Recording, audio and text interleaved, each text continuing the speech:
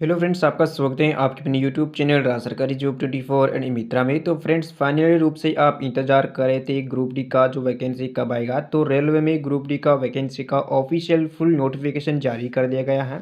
तो इसी नोटिफिकेशन की कंप्लीट जानकारी आपको इस वीडियो में देने वाला हूँ, जिसमें हम बात करने वाले हैं कि आप कौन कौन से कैंडिडेट हैं जो इसके लिए अप्लाई कर सकते हैं। एक्चुअल में आपको सही जानकारी आपको इस वीडियो में देने वाला हूं, जिसमें आपके सारे सवाल के डाउट यहां पर क्लियर हो जाएंगे। तो यहां पर आपको रिक्रूटमेंट यहां पर जारी किया गया है। जो वैकेंसी का नाम यहां पर देते हैं CN 0/2008 फ्रेंड्स 08/2024 इसका नोटिफिकेशन नंबर है। और ये रेलवे में आपको यहाँ पर वैकेंसी से निकाली गई है, जिसमें आपको यहाँ पर लेवल 1 7 CPC पे मैट्रिक के हिसाब से आपको यहाँ पर सैलरी दी जाएगी। ठीक है। इंपॉर्टेंट डेट्स के बारे में बात कीजिए तो नोटिफिकेशन आपको 28/12/2024 की डेट में रिलीज किया गया है। ठीक है। और 22/1/2025 को आपका यहाँ पर फुल नोटिफिकेशन जारी किया गया है। और इसके बाद आपका जो फॉर्म है स्टार्ट हो जाएंगे आपको यहाँ पर 23 जनवरी 2025 से आपके फॉर्म स्टार्ट हो जाएंगे। और लास्ट डेट आपको यहाँ पर 22 फरवरी 2025 के रात के 12 बजे तक फॉर्म के लिए अप्लाई कर सकते हैं। और यदि यदि आप फीस पेमेंट नहीं कर पाते हैं, बाद में भी आप फीस पेमेंट करना चाहते हैं, तो 23 से लेकर आपको यहाँ पर 24 फरवरी तक आप इसमें फ़ीस पेमेंट कर सकते हैं। और यदि फॉर्म में गलती हो जाती है तो फॉर्म में करेक्शन कर सकते हैं 25 फरवरी से लेकर 6 मार्च 2025 की रात के 12 बजे तक। ठीक है। और जब आप फॉर्म भरेंगे तो उसमें आपको अकाउंट की डिटेल्स जरूर देना, क्योंकि इसमें आपकी फीस रिफंड होगी। ठीक है। बात करते हैं इसमें आपको एज लिमिट वगैरह कितनी दी गई है। तो आपको यहाँ पर जैसे सैलरी 18,000 रुपये मिलेगी। ठीक है। एनेक्जर 1 में आपको यहाँ पर मेडिकल स्टैंडर्ड यहाँ पर दिया गया है, जिसके बारे में हम भी बात करेंगे। एज लिमिट आपको यहाँ पर देख सकते हैं 1 जनवरी 2025 तक 18 से 36 ईयर्स आपकी होनी चाहिए। पहले यहाँ पर 33 वर्ष होता था, लेकिन अब इसको यहाँ पर 4 साल और भी यहाँ पर बढ़ा दिया गया है। ठीक है। और टोटल वैकेंसी है यहाँ पर देते हैं 32,438 पदों के लिए यहाँ पर टोटल ऑल ओवर यहाँ पर वैकेंसी निकाली गई है। अब नेक्स्ट है, क्लियरली यहाँ पर बताया गया कि आपको यहाँ पर जो है फॉर्म आपको बहुत जल्दी भर लेना है, क्योंकि बाद में भरने में आपको कोई भी समस्या का सामना करना पड़ सकता है। ठीक है। तो आप जल्द से जल्द इसका जो फॉर्म स्टार्ट हो जाएगा उसी समय आपको फॉर्म के लिए अप्लाई कर लेना है। ठीक है। और मेडिकल की जानकारी भी आपको यहाँ पर दी गई है। सिलेक्शन प्रोसेस क्या है वो आपको यहाँ पर दिया गया है, क्या क्या करेक्ट करना होगा। सबसे पहले आपको यहाँ पर CBT1 कंप्यूटर बेस्ड एग्जाम आपको यहाँ पर देना होगा। उसके बाद आपका रिजल्ट होगा। रिजल्ट आने के बाद आपको ऑफिशियल वेबसाइट पर अपडेट कर दिया जाएगा। उसके बाद आपका PET टेस्ट होगा। ठीक है। फिजिकल एफिशिएंसी टेस्ट, यानी कि आपका फिजिकल टेस्ट होगा। उसके बाद डॉक्यूमेंट्स वेरिफिकेशन होगा। उसके बाद आपका मेडिकल एग्जाम होगा। ठीक है। उसके बाद आपको यहाँ पर जो है वन टाइम थ्रोड वेबसाइट पर आपको यहाँ पर जो है लिस्ट जारी की जाएगी। ठीक है। एक फाइनल रूप से उसमें आपका सिलेक्शन हो जाएगा। ठीक है। तो ये आपको यहाँ पर जानकारी दी गई है कि यदि आपकी कंप्लीट क्वालिफिकेशन नहीं है तो आप इसमें अप्लाई नहीं कर सकते हैं। यहाँ पर आपको section of railway 1 executive cell be fine. ठीक है। तो फाइनली रूप से आपकी जो योग्यता है आपकी कंप्लीट होनी चाहिए, यानी कि 10वीं पास वैकेंसी है तो 10वीं आपकी कंप्लीट होनी चाहिए। ठीक है। तो मेडिकल फिटनेस के बारे में भी आपको यहाँ पर बताया गया है। एज लिमिट 1/1/2025 तक यहाँ पर होनी चाहिए। तो अपर एज में आपको यहाँ पर छूट भी देखने को मिलेगी। ST SC OBC EWS candidate को भी आपको छूट में आपको एज में छूट आपको यहाँ पर देखने को मिल जाती है। ठीक है। तो ये जानकारी आपको यहाँ पर दी गई है। और यदि आपको फॉर्म से संबंधित या कोई भी जानकारी लेना चाहते हैं तो आपको हेल्पलाइन की जीमेल आईडी दी गई है, फ़ोन नंबर आपको यहाँ पर दी गई, इसमें आप अधिक जानकारी ले सकते हैं। नेक्स्ट बात करते हैं नेगेटिव मार्किंग कितनी होने वाली है। ठीक है। तो नेगेटिव मार्किंग आपको 1/3 नेगेटिव मार्किंग होगी CBT1 जो एग्जाम होगा उसमें। ठीक है। तो इसमें आपको यहाँ पर रॉन्ग आंसर आपको यहाँ पर दिया गया है, गलत आंसर के आपके लिए आपको यहाँ पर 1/3 नेगेटिव मार्किंग होने वाली है। ठीक है। Calling for more the number of vacancy. ठीक है। यदि आप कोई भी अदर वैकेंसी से नंबर ऑफ वैकेंसी नंबर जो वैकेंसी आगे बढ़ा दी जाती है तो उसके लिए आपको यहाँ पर इसकी सूचना दी जाएगी। तो आपको RRB की ऑफिशियल वेबसाइट को विजिट करते रहना है। ठीक है। आप डिटेल्स यानी कि जो डिटेल्स हैं उसके बारे में बात करते हैं, नोटिफिकेशन के बारे में। जब फॉर्म भरेंगे तो उसमें आपके यहाँ आपका name, father's name, date of birth. ठीक है। और आपकी जो 10वीं की मार्कशीट है या फिर जो ITI है, NSS क्वालिफिकेशन है, उसकी जानकारी आपको सही से भरनी होगी, क्योंकि ये चेंज करने का मौका आपको यहाँ पर नहीं दिया जाता है। ठीक है। और यहाँ पर आपको दे सकते हैं board institute closing date submit online application 22/2/2024 there after awaiting result final examination prediction note eligible for being should not apply. ठीक है। यानी कि आप यदि 22 फरवरी 2025 तक आपकी क्वालिफिकेशन कंप्लीट नहीं है, ठीक है, आपकी मार्कशीट आपके पास नहीं है, तो आप इसके लिए अप्लाई नहीं कर सकते हैं। ठीक है। यानी कि अपेयरिंग वाली कैंडिडेट इसके लिए अप्लाई नहीं कर सकते। आपके पास कंप्लीट क्वालिफिकेशन है तभी आप फॉर्म के लिए अप्लाई कर सकते हैं। ठीक है। तो यहाँ पर क्वालिफिकेशन के लिए आपको यहाँ पर बताया गया है कि आपके पास ITI या फिर एसएसएल यानी कि 10वीं पास, ठीक है। दोनों में से एक क्वालिफिकेशन आपके पास है, ठीक है, या फिर दोनों है तो आप अलग अलग पोस्ट के लिए अप्लाई कर सकते हैं, ठीक है। वो जानकारी आपको यहाँ पर दी गई है। इसमें आपकी फ्री ट्रेनिंग पास भी आपको यहाँ पर दिया गया है, ठीक है।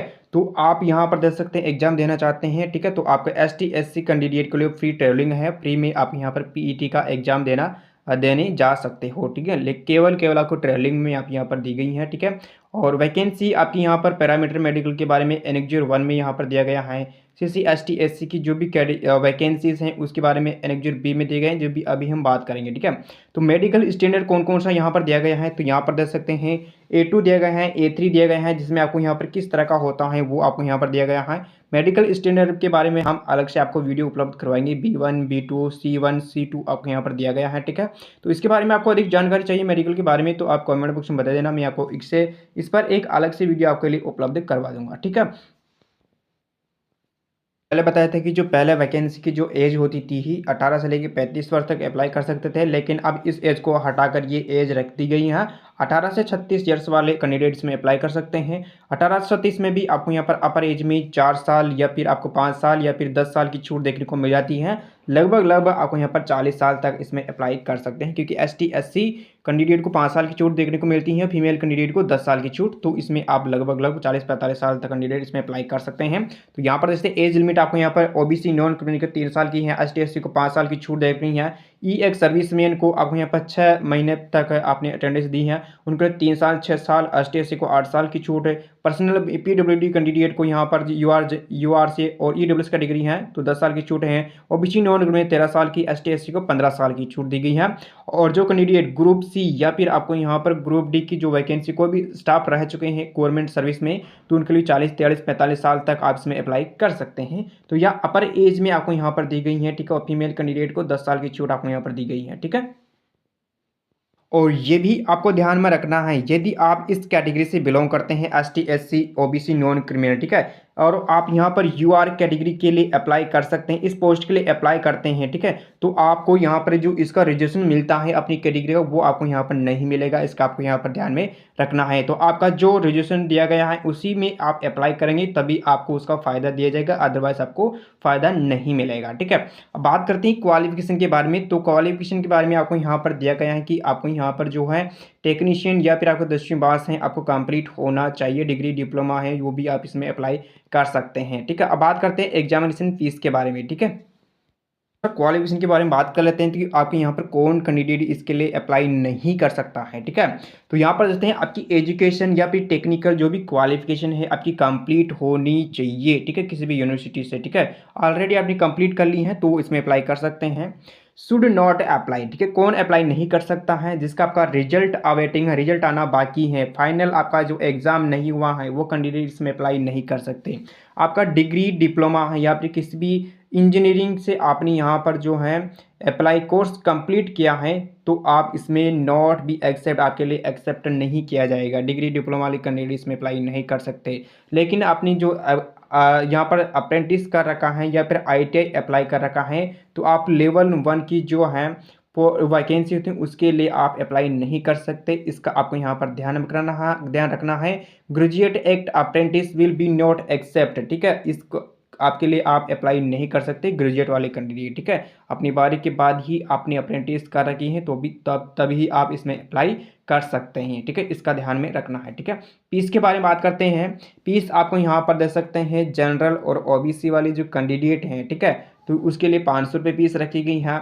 जो भी PWD फीमेल ट्रांसजेंडर एक serviceman ST SC minority community economic backward EBC candidate हैं, OBC और EBC वाले जो कैंडिडेट हैं इनके लिए 250 रुपये फीस रखे गए हैं।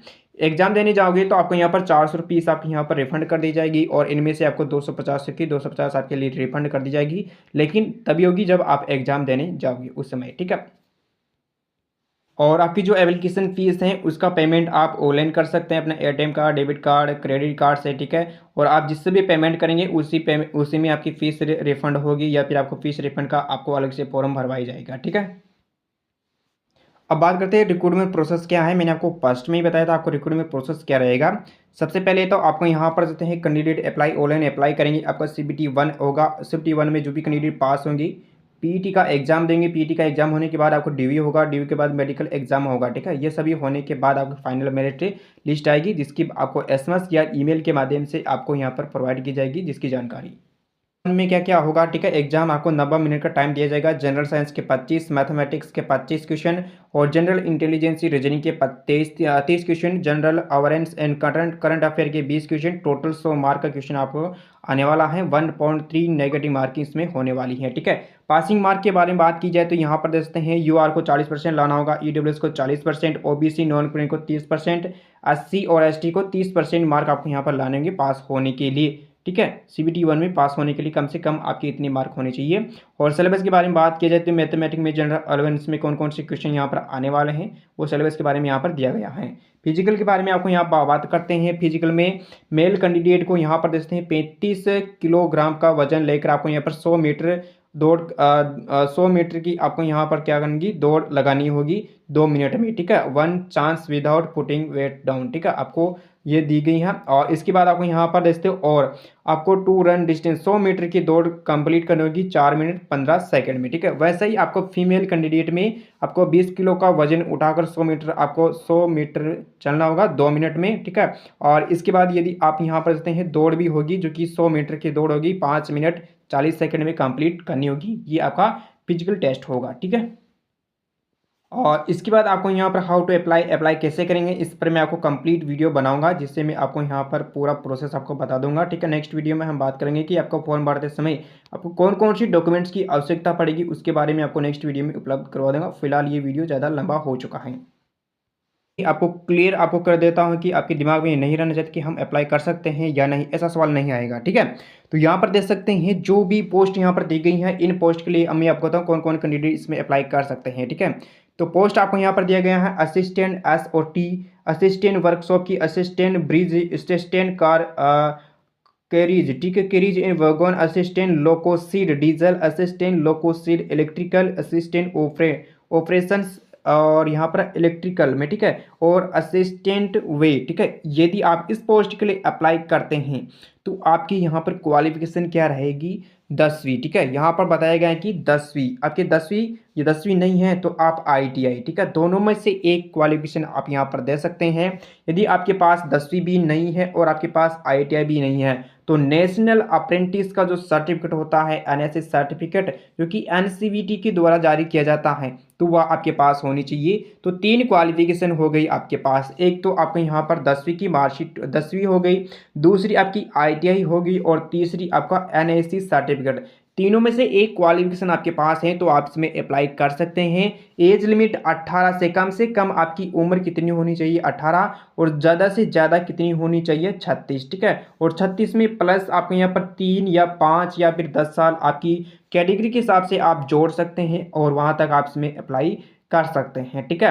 और इसमें और भी क्या क्या होने वाला है, बेंचमार्क डिसिप्लिन, मेडिकल वगैरह किस तरह का होगा, कौन सी पोस्ट के लिए होगा, वो यहाँ पर आपको मेडिकल वगैरह यहाँ पर दिए गए हैं, ठीक है। और डिपार्टमेंट कौन सा है, उन पर आपको कौन सी डिपार्टमेंट में आपकी जॉब लगेगी वो यहाँ पर दिया गया है, ठीक है, उसकी जानकारी ले सकते हैं। और बाकी की जो भी को पोस्टें बची गई हैं उसमें भी आपको यहाँ पर सेम क्वालिफिकेशन यहाँ पर दी गई है, ठीक है, सभी में सेम दी गई है। अब बात करते हैं पोस्ट के बारे में कि कौन सी जो पोस्ट है उसमें कितने पद यहाँ पर निकाले गए हैं, ठीक है। तो यहाँ पर आपको यहाँ पर देख सकते हैं मुंबई, वेस्टर्न मुंबई के बारे में बात की जाए तो यहाँ पर देख सकते हैं टोटल इसमें आपको 18,000 स्टूडेंट से 1892 में टोटल इसमें यहाँ पर पोस्टें निकाली गई हैं, ठीक है। तो 18 स्टूडेंट से जनरल की आपको यहाँ पर देखने को मिलेगी 1892 में, ST की 701 हैं, स्टूडेंट्स SC की 701 और ST की 351, OBC की 1261 हैं, EWS की 467 और टोटल ऑल ओवर यहाँ पर दे सकते हैं जो मुंबई ईस्टर्न रेलवे में 4672 वैकेंसी आपको यहाँ पर दी गई हैं। ऐसा ही आपको यहाँ पर अलग अलग RRB में आपको यहाँ पर देखने को मिल जाती हैं। जयपुर में टोटल वैकेंसी यहाँ पर बात की जाए तो इसमें आपको यहाँ पर 284, ठीक है, टोटल आपको यहाँ पर 1433 जयपुर RRB में आपको यहाँ पर देखने को मिलेगी। हुबली में टोटल बात की जाए तो 503 आपको यहाँ पर देखने को मिल जाती हैं और जबलपुर में आपको यहाँ पर देखने 1614 और इसके बाद बिलास भुवनेश्वर में, ठीक है, भुवनेश्वर में आपको यहाँ पर 964 पोस्ट देखने को मिल जाती हैं। बिलासपुर में आपको यहाँ पर 1337 हैं और न्यू दिल्ली में आपको यहाँ पर 4785 पोस्ट हैं। चेन्नई में आपको यहाँ पर 2694 देखने को मिल जाएगी। गोरखपुर में आपको यहाँ पर 1370 पोस्टें हैं और गुवाहाटी में आपको यहाँ पर 2050 पोस्ट आपको यहाँ पर देखने को मिलेगी। तो आप आरआरबी का चयन करते हुए अपनी पोस्ट का आपको सिलेक्शन करते हुए आपको अपनी जो पोस्ट कैटेगरी वाइज आपको यहाँ पर देख लेना है कौन कहाँ पर आप अप्लाई करना चाहते हैं, कहाँ पर कितनी वैकेंसीज हैं, यहाँ से आप चेकआउट कर सकते हैं। ये आपको पीडीएफ टेलीग्राम पे मिल जाएगा, लिंक आपको डिस्क्रिप्शन में दिया हुआ है, वहाँ से आप चेकआउट कर सकते हैं, डाउनलोड कर सकते हैं, टेलीग्राम पर जरूर ज्वाइन कर लेगा, ठीक है। तो ये थी आपको रेलवे ग्रुप डी की कंप्लीट वैकेंसी की जानकारी। यदि कोई भी सवाल आपके डाउट में रह जाते हैं तो आपको कमेंट बॉक्स में जरूर बताएगा, आपको सोल्यूशन मिलेगा 100%, ठीक है। वीडियो में जानकारी आपको अच्छी लगी तो वीडियो को लाइक करें, चैनल को सब्सक्राइब करें, जिससे आपको आरआरबी की लेटेस्ट अपडेट्स लगातार मिलती रहेगी। Thank you for watching. जय